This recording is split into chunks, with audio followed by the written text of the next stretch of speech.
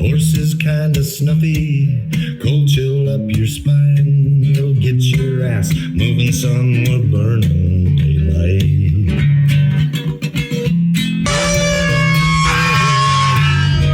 Howdy there, I'm Matt McKinley and we're burning daylight. In the saddle till the job's done right. Welcome to Burnin' Daylight, the only podcast for the working cowboy. Well, howdy there, daylight burners. Happy, what is it, Monday, I guess.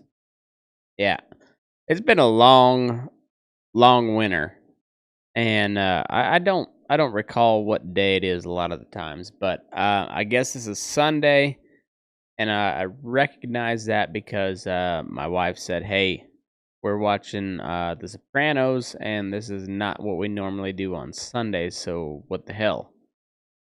And well, you know, it happens. So anyhow, here we are, Monday morning. And I've been trying real hard all weekend to figure out what the hell I'm going to talk about. I tried to get a couple different people on short notice, and well, it was short notice, and they had to do something else. And oh man, I have just not had time to do a lot of research. Like I have made note of a lot of topics that I want to talk about, and I just haven't had any of the time to go ahead and research those topics so that I kind of halfway sound like I know what I'm doing. So all of that led to tonight, where I don't have anything really that I had planned. Nobody else to talk to, so I'm gonna ramble, and I hope you don't mind. It's a little bit of a nonsensical, maybe stream of consciousness, but well, anyhow, I don't know. When you look at the facts of what's going on today, nothing but COVID. It's all COVID. There's sports going on, but the headlines are dominated by who won and lost because of COVID. And I'm so goddamn tired of COVID that I can't even think straight.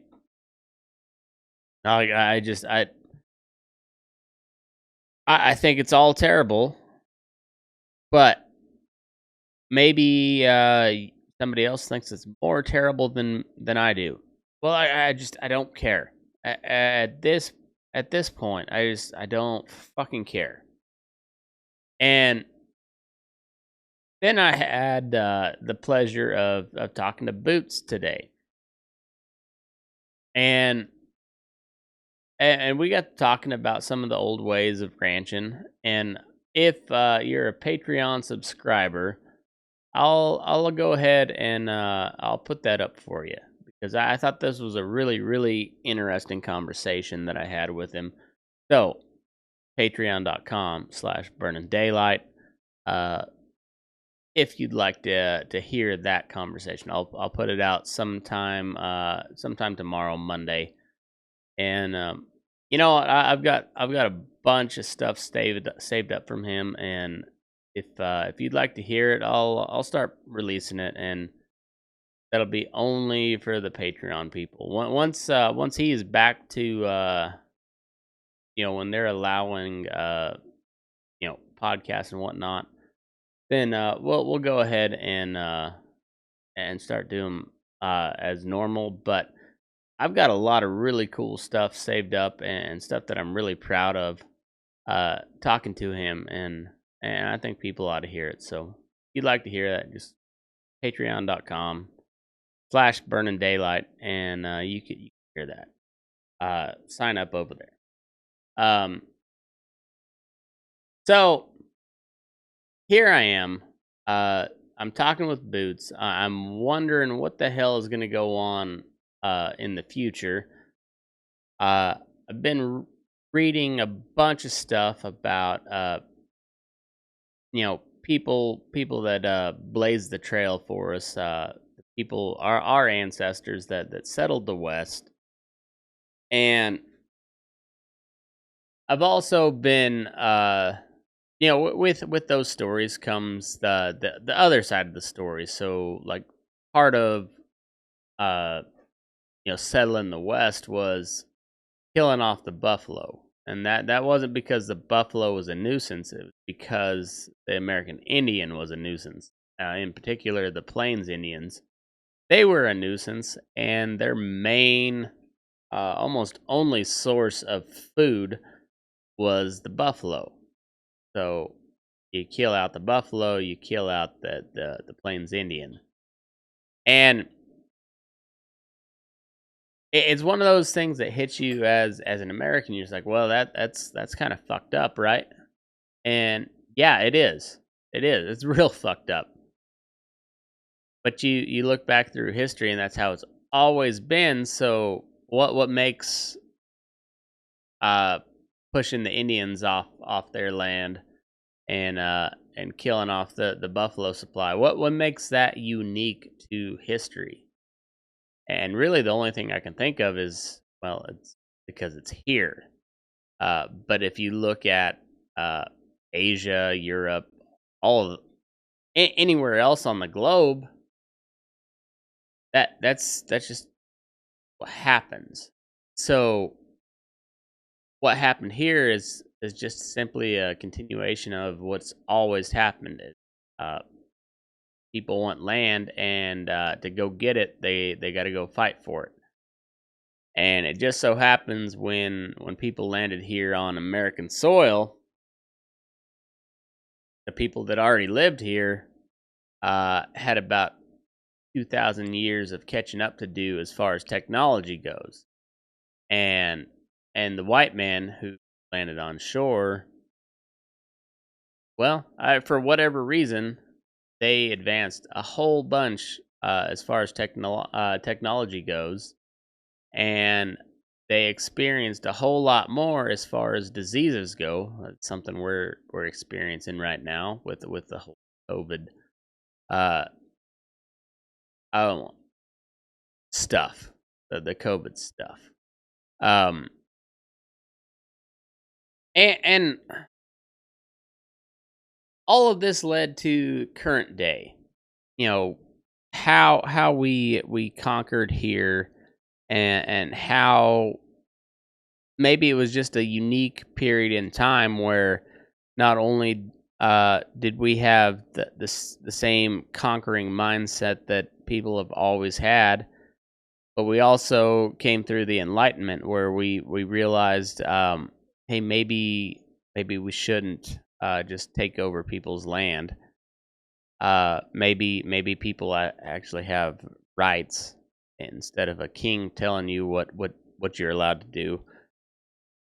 And we're at this like weird nexus of all of that, like the old way of thinking versus the new way of thinking. And because of that, we're and I say we, and I mean Americans in particular, judge ourselves very harshly compared to the rest of human history.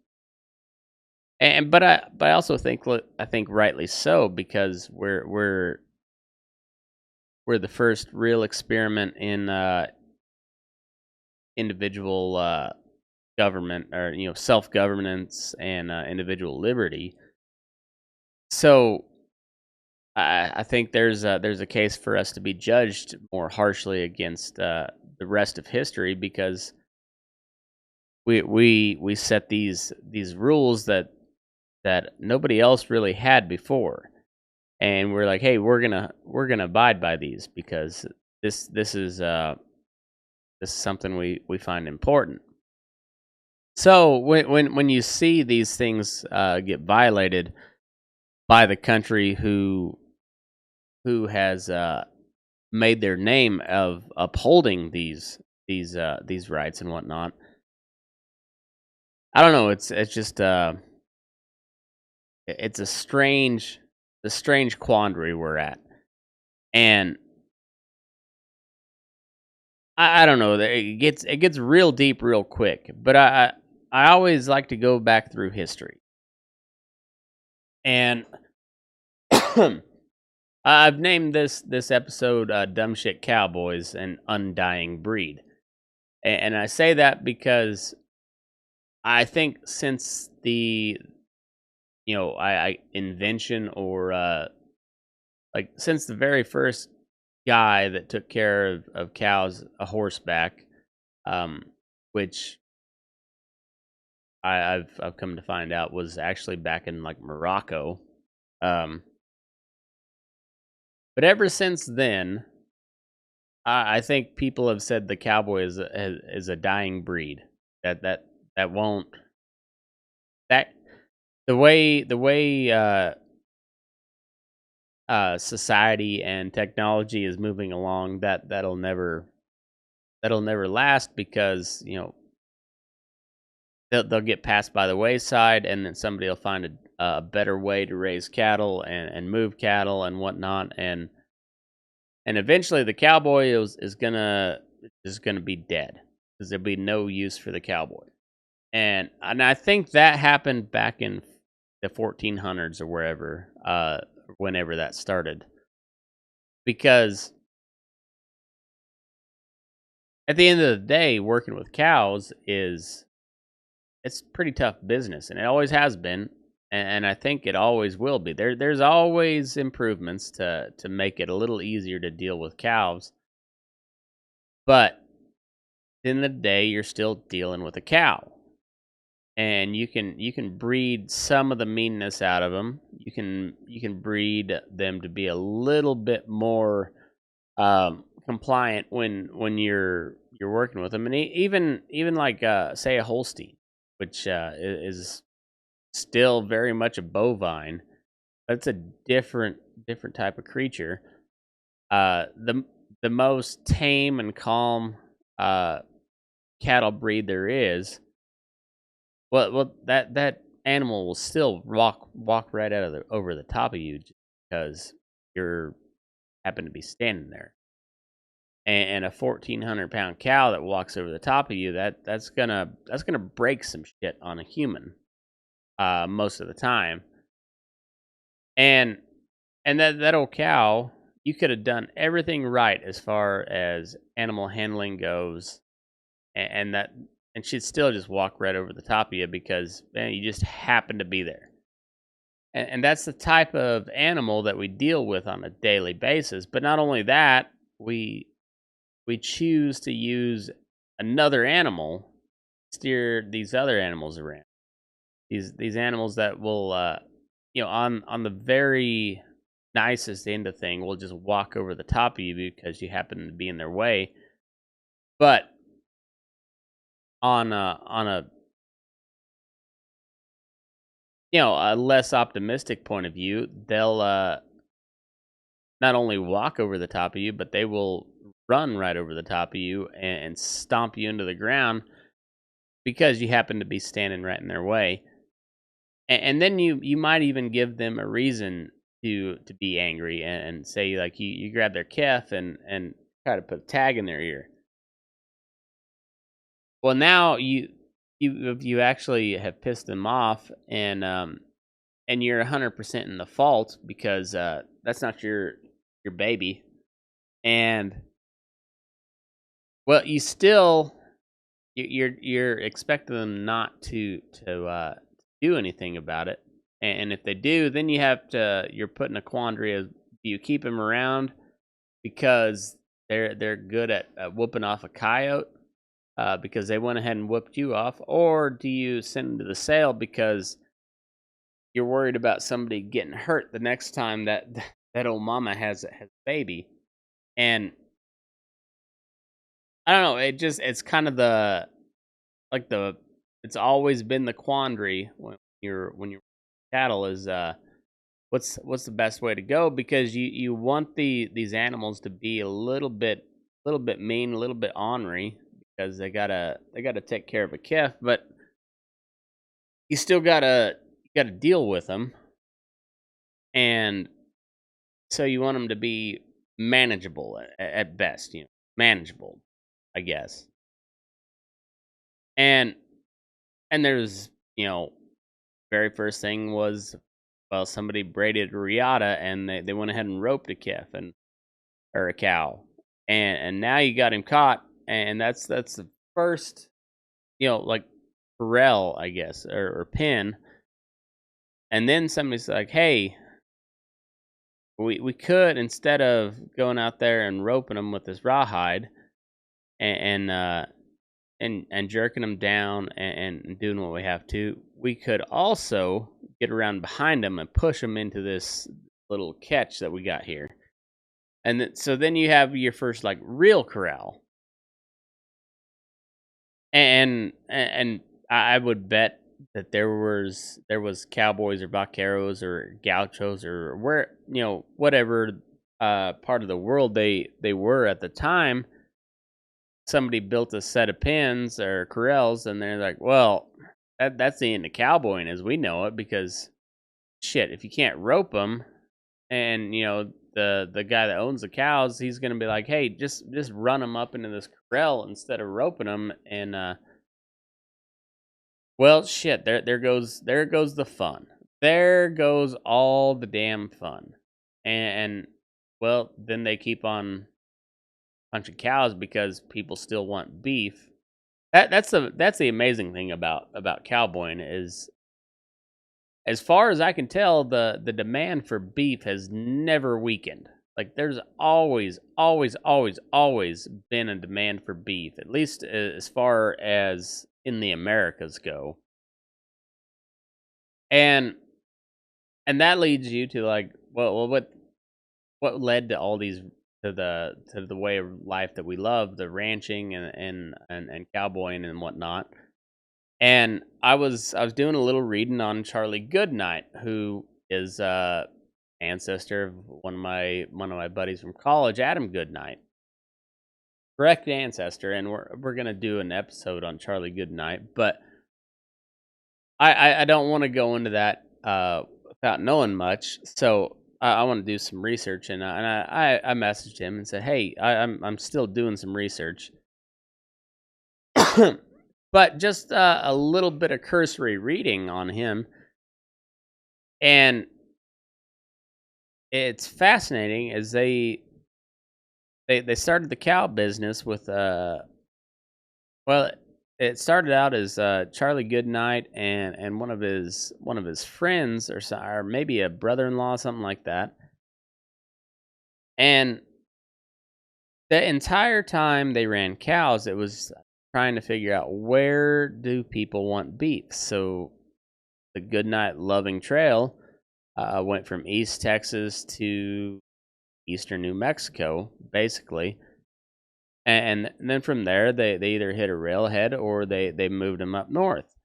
They moved cattle from Texas all the way up to Montana. It was Charlie Goodnight was one of the inspirations of the novel Lonesome Dove. But even though that story was fiction, that particular set of characters and whatnot was fiction, the story was 100% true about how it was all about getting food to somebody at the end of the day. And it doesn't matter how much we advance technologically in the future, we're still going to have to eat. That's how the human body works. And if there's people needing to eat, there'll be people wanting to buy beef. And if there's people wanting to buy beef, there'll be guys that are willing to take beef or cattle over there to them. And those people that take the cows to where they need to be slaughtered, well, there's a cowboy. And as long as there's always a market for beef, there will always be a market for the cowboy. Will the wages rise over time? I think we might see that here in I don't know if I'd say the near future, but I think the way the economy is going and everything right now, um, people are starting to realize that their dollar is not worth a whole lot, and even if you get a high paying job, as long as the cost of living keeps going up with it, you're not really getting ahead. And once this whole financial system collapses upon itself, because it will, I don't know when, I don't know how close we are, but it has to at some point. There's going to be a high demand for food because there's going to people be a lot of people scared, and I don't. There's always going to be a job for the cowboy. And as much as the cowboy has been labeled the dying breed since probably its very inception, I think it'll always be continued to be described as that. But I think there's always going to be place for the cowboy because there's always going to be people wanting to eat some beef. But that being said, I look back at how this whole industry was built and the culture that was built around it, and it seems like it's as old as time. Then you when you really dig into it, a lot of the practices and whatnot that we deem as just traditional ranching, uh, they're not as old as you might think, and Charlie Goodnight's a good example of that. Uh, he was one of the first big cattle guys, and he was one of the driving forces behind the set of cowboy rules where you didn't drink, you didn't gamble, you didn't do all that. And that wasn't because he was such a good, honest, upstanding character in himself. It was because they needed to get beef to market, and they wanted their guys to be reliable. So they implemented these things. And well, sorry, folks. I hate to interrupt this riveting, transfixing conversation that I got going on right now, but I got some people that helped me put this show on the air, and I got to tell you about them right now. So first and foremost, we got Tracie Morrison, Custom Silver. He's out of Chelsea, Oklahoma. You know him from the show. You've seen his work all over my social media, and he just does a really good job of building cool cowboy shit. Buckles, bits, spurs, conchos, anything along those lines, he can hook you up. His engraving man, he has got way better. He was pretty damn good when I first started talking with this guy, but man, he's increased a bunch since then, and he's doing it full time now. So he's making really good work. He's pricing it for the working cowboy, and he's building it for the working cowboy. You can find him over on Instagram at @tmorrison _ custom silver. Let him know you heard about it on the Burnin Daylight podcast. Next up, we got Scott Jason Hall. You know him from the podcast as well. He's an old buckaroo cowboy, and he is a master jeweler. He can do goldsmithing, silversmithing, gold and platinum inlays, and he can also do repoussé, which is the cutting and setting of gemstones, just like this turquoise you see here. He made that for my wife, and he is an artist through and through. He also does a pen and ink sketch, and he's just, I mean, he's one of my good buddies, and just a hell of a cowboy, and even, I mean, just his artwork is just incredible. So you can find him over on Instagram at Cow Camp Life, or over on Facebook, Hall's Rocky Mountain Jewelry, and let him know you heard about it on the Burnin Daylight podcast. Next up, we got Brittany Hesseltine and Square Top Leather and Design. Brittany is making cool leather gear for the working cowboy and cowgirl. She's out of Pinedale, Wyoming, and she does really cool stuff. She's making me a pair of leggings right now, and I can't wait to see how they turn out. She does, leggings, shotguns, bat wings, chinks, Arminas, all that, head stalls, breast collars. She does purses for the ladies or for the dudes if that's what you're into. We don't judge. Well, yeah, we judge a lot over here, but it's all in good fun.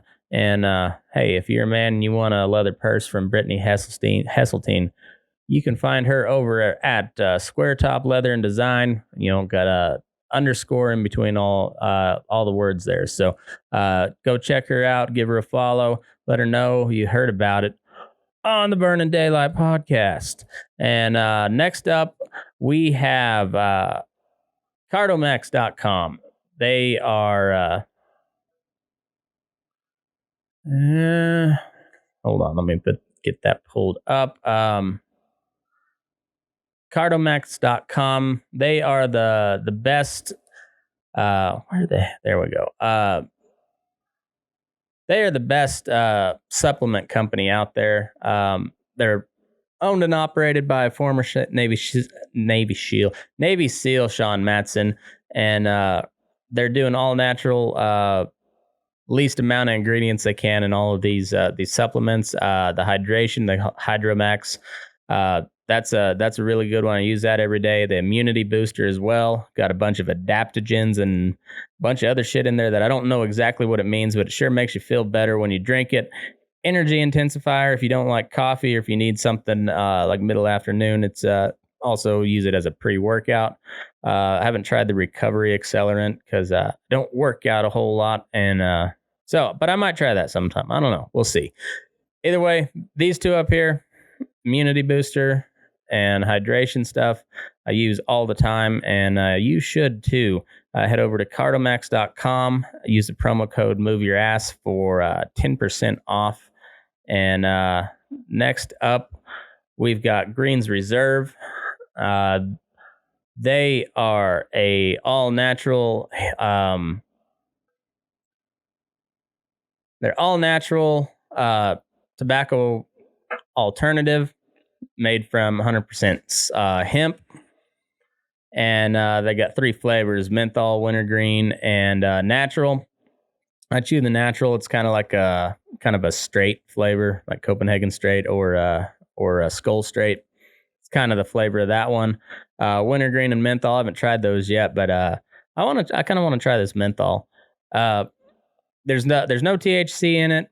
I don't know if there's any CBD in it or not, but it seems like it kind of helps me focus a little bit. So a lot of times when I'm researching, I'll throw one of these in instead of Copenhagen. But it's a healthy alternative, and it's a cool product. And yeah, go over to greensreserve.com/shop. Use the promo code MattGR, and you'll get $1 off a can or $5 off a roll, and I get a little kickback from it. So, yeah, if you're looking to try something different, check these guys out. And finally, if you don't like to listen to the ads, you can just head over to patreon.com/burning-daylight. You can sign up there at any of these levels, and you can get different benefits. You'll get ad-free episodes for every level, but each level's got different perks. Should you join, and helps me do some different cool things for this show, and whether that be new equipment or trips or whatever.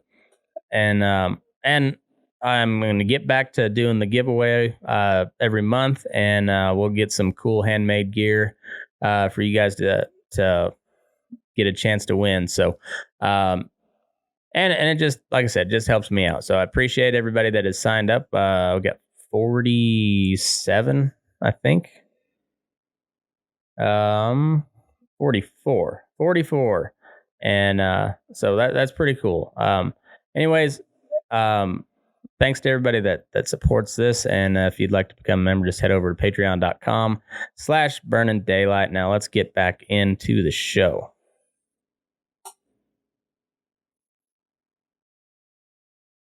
And with that came like the ride for the brand type deal.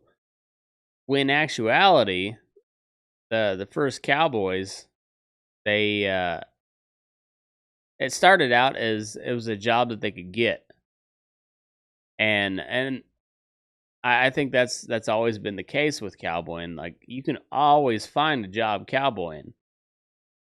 Can you stick with it? Can you, or will you? And the guys that stuck with the early days of cowboying, whether it be, rounding up cattle down in South Texas, or driving them up north, it took kind of a special breed, and it's always been one of those industries where anybody can hire on, anybody can give it a whack, but not many people make it. And I've worked in the feedlot industry for a long time, and it may not be your typical cowboy lifestyle, but I can tell you got to be a pretty good hand to make it for very long, because not only do you have to have the skill to read and work cattle, but you also got to have toughness, because winter in the feedlot fucking sucks. Winter horseback most of the time fucking sucks. No, there's no two ways about it. It is not that fun, and winter is usually kind of the place where it draws the line. But I guess that the farther south you go, you get down in that South Texas or Arizona country, and it gets just as unbearable in the summer when it gets that hot. And so, yeah, can you ride a horse? Great. Can you rope? Great. Can you handle a horse? Great.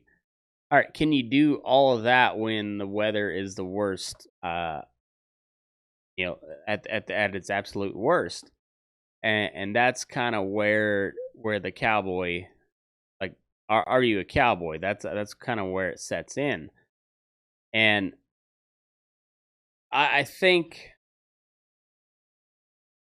that's one of the unique things about the cowboy community is anybody that has a saddle or can sit a horse can give it a shot. And I think anybody who cowboys for a living knows that, like I can think of dozens of people, and I'm still pretty young for the most part, especially when you talk to a guy like Boots. He's coming up on 90. But I'm 36 years old, so relatively young, and I can think of dozens of people that started out cowboying and never went through with it. Either they found a better job. That's usually what happens. Always kind of been the case. But there's something about the guys that stick to it, and you talk to them long enough, and you're like, why are these dumb shit cowboys still cowboying? And, well, they're not dumb shits either. Like, a lot of times they're not. I mean, they live and work a dumb shit lifestyle, but it's a necessary lifestyle, and they do it because, well, I don't know, but that part of it's that's all they know. But part of it's just because that's what they want to do. Being able to work with cattle means you have to deal with less people, and that's usually one of the big calling cards for any guy that cowboys is. There's a good chance you're going to spend most of the day by yourself, and that's usually just fine. But also, like, you look at these guys that have been at it for a long time, and I'll use Boots as an example because he's, for us, he's the longest running one that's done it for that long of a stretch, and you talk to the guy, and he's not a dumb individual by any stretch of the imagination. He's pretty smart guy, and he'll tell you about how he's made a decent living as a cowboy, and he's fortunate enough to be born in the time where uh started to be where the cowboy could actually make a living. Uh, but you look at his intelligence and his skills, and he'll tell you about many different points in time where he could have walked away and either took an office job or something, and he had every capability in the world, and he's still at 90 years old at the 406s. Just I called him this morning, and he's out making the rounds, checking things, making sure the ranch is gonna work tomorrow, and making sure it's gonna work smoothly. And this is a guy who, as I was talking to him today, he said, Charlie Goodnight died just before he was born. So we're within one generation of like the founding of modern cowboying, and today is one generation removed, and that's I don't know, that it kind of puts a little bit in perspective how new this industry that we work in, even though it's an American classic original, and just a very much a piece of American folklore, and it's fairly new. Like when you put it in that in those terms, there's a guy like Boots O'Neill who I know, I talked to, and just before that guy was born, the guy who basically founded modern American ranching was still alive. Just shortly before this guy that been around for, I don't know, a horseback for over 60 years. I guess probably over 80. Long goddamn time. Long time. And he's the intermediary basically between Charlie Goodnight and modern today. And so it's a pretty new industry with a very old feel to it, and there's something very unique about it. And then the more you look at today and how just like weird the world has got, I was talking to one of my good buddies, Brad, about cryptocurrencies today, and you talk to a lot of the old timers. Say if I mentioned Bitcoin to Boots O'Neill, he said, "What the hell are you talking about? I don't know anything about that." But if you put it in the terms of cash to him, and a lot of different cowboys, it makes a lot of sense, because like cash, they can try to crack down on it, but at some point, you're holding a coin or a bill in your hand that's worth something, and however you got it, there's no, unless you're just willing to spill the beans, there's no real way to trace it, and that's kind of how Bitcoin is nowadays. And I wonder if, as we move forward into the future, and particularly being like the rancher, the cowboy, the conservative type person who doesn't like government, doesn't like taxes, if they start to move more towards cryptocurrency, where it seems like I can't explain to you what a cryptocurrency actually does or where its value comes from, but I know it's worth something, and it's worth quite a little bit. Um, and it's basically anonymous. I wonder if that's how cowboying will turn to. Um, I'd say it'd be kind of the rancher is going to be very slow to act on that, but the cowboy may not be, because we want paid, and we want paid pretty quick, like. So if a rancher can just beep boop boop on their phone, that's as good as cash in their hand. Like, I just wonder, like, I see a lot of like leather workers, bit makers and whatnot start to take different forms of electronic payment, whether it be Venmo, Cash App, PayPal. But that all can be tracked. And as far as I can tell, cryptocurrency technically can't be tracked. And I don't know. It raises a good question. Is that where, like your day working cowboy used to getting cash under the table? If that's where that's going to go to, and then just when you're talking about working with cows, and I talked with Boots about this, like,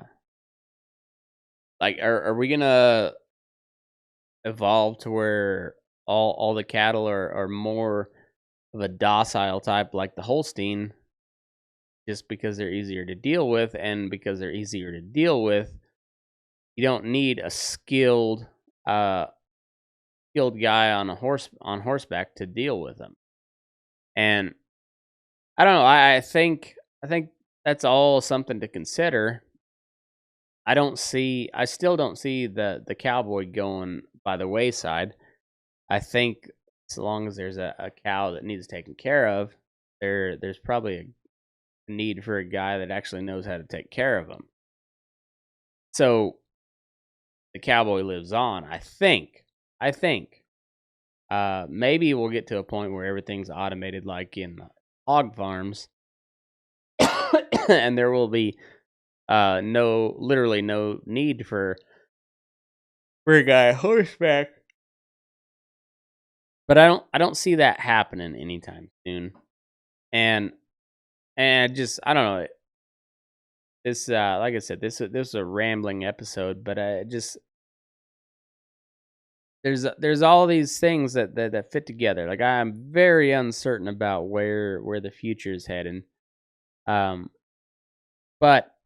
same time, on Sunday I get to call a guy like Boots, and he's a guy who has drove a wagon across the Canadian River at the bottom of the Paladura Canyon, and not too far off from when Comanches controlled the Paladura Canyon, and that guy's still alive. And you think about how much things have changed since then, and it seems like with technology, it just the rate at which stuff happens is so much faster. And I don't know. It's the funny time we live in, and I don't know where it goes from here. But one thing I am confident of is that there's always going to be a need for a horseback taking care of cows. But how that fits into our modern economy and how we get paid, how shit happens, I don't know. And like I said, I don't know how to explain to you cryptocurrency in a way that makes sense. But I do know that there's a lot of people investing in it. A lot of people with a lot of money and influence that are investing in it. So it seems like maybe something to pay attention to. But how that fits into the cowboy world, that's yet to be seen. And I don't know. Like, we're getting ready to do a couple shows in Elko, for the National Cowboy Poetry Gathering, which isn't technically happening. But the National Cowboy Poetry Gathering was started by a couple cowhands that happen to be pretty good at poetry, and they just made it happen. And so now we got that same organization that just made it happen back in the day decided that it's not, they can't do it, and now there's guys like me and Justin Reichart and a few other people that are like, hey, we're still out here cowboying, and we still like to go to town and show off what we can do, and put on a show for the rest of our cowhands, and we keep doing that, and they're just, I don't know, that's the cowboy spirit to me, and just like, well, doesn't matter what time it is, there's always these stories that need to be told about why we do what we do, and that's what we get together for. And maybe we don't have the endorsement of somebody who made it happen before, but by God, we're still cowboys, and we're still going to go to town and make it happen. And it's just such a weird little period in time, but I don't know. It makes a guy think, and I think there's going to be some really good stories told from it in the future. But I don't know. It just a weird point in time, and I don't even know where I'm going with all this, but it just stuff to think about, stuff to ponder, and I don't know. I don't know. I think 2022, kind of a snoozer to start off with compared to last year. But I think there's going to be some big changes as the year goes on. I know there's going to be some big changes for me. I've got some pretty big plans, and we're putting them in motion. But the world just keeps getting crazier around us, and it gets to be a little harder to see where folks like us, like myself and you other cowhands that are listening to this, like where we fit into this whole mess. And I don't know, it's just weird, and I don't know. After the last couple of years, I'm really glad that I do what I do. Uh, it's one of those unsung or unsung heroes, like it's always been. You go out there and you take care of cows, and by you doing that, somebody gets to eat and keep making a living for another day, and that's an important job, and it'll always be there. So, but how it mixes in with how the world's going, who the fuck knows? I don't know. But anyhow, I think I'm done rambling for the night. Just a weird time, and I hope something that I said made sense. I don't know. I don't know where I was going with any of it, but and it's pretty cool that you guys still keep tuning in. Get to talk to a few more people all the time, and I'm so excited that we're able to do this deal in Elko. I hope if you're around, you'll stop by. We're at the Stage Door on the 28th and 29th of January. It starts at 8 o'clock, $10 cover, and it's going to be a good show. And if you can't make it, we'll live stream it, and you'll get to hear it all, not in person, but you'll still get to hear it. And one of the other cool things about technology is we've got people from Oregon to Oklahoma going to be performing in this deal, and they all came about because of this stupid little podcast that I put on, and I don't know, it's wild. It's wild how technology has put us all together, and I really can't wait to see where it goes from here. So anyway, thanks everybody for tuning in. I truly appreciate it, and thanks everybody that that reaches out and with comments or concerns or whatever. I appreciate everybody because if you're commenting them and send me a message, that means you're listening. It means I'm doing my job. So thanks a bunch. Y'all stay safe out there.